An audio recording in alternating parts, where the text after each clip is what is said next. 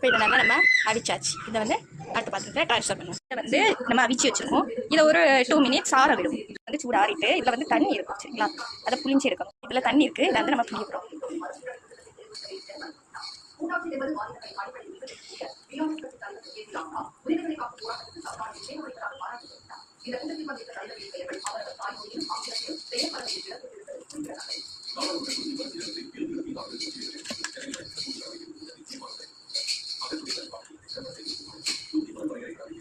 புளிஞ்சி எடுத்துக்கிட்டாச்சு.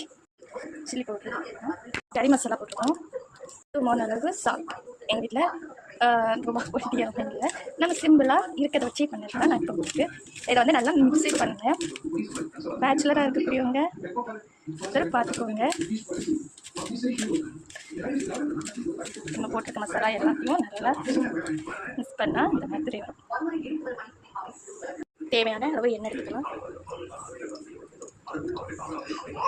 எண்ணெய் சூடானதுக்கப்புறம் இதை எடுத்து ட்ரான்ஸ்ஃபர் பண்ணி பொறிக்க போகிறோம்.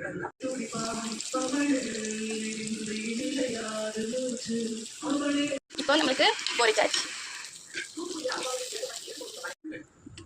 நம்ம வந்து மீன் மேக்கர் வந்து பொரிச்சு எடுத்தாச்சு. இந்த ஸ்நாக்ஸுக்கு நம்ம எடுத்துக்கலாம்.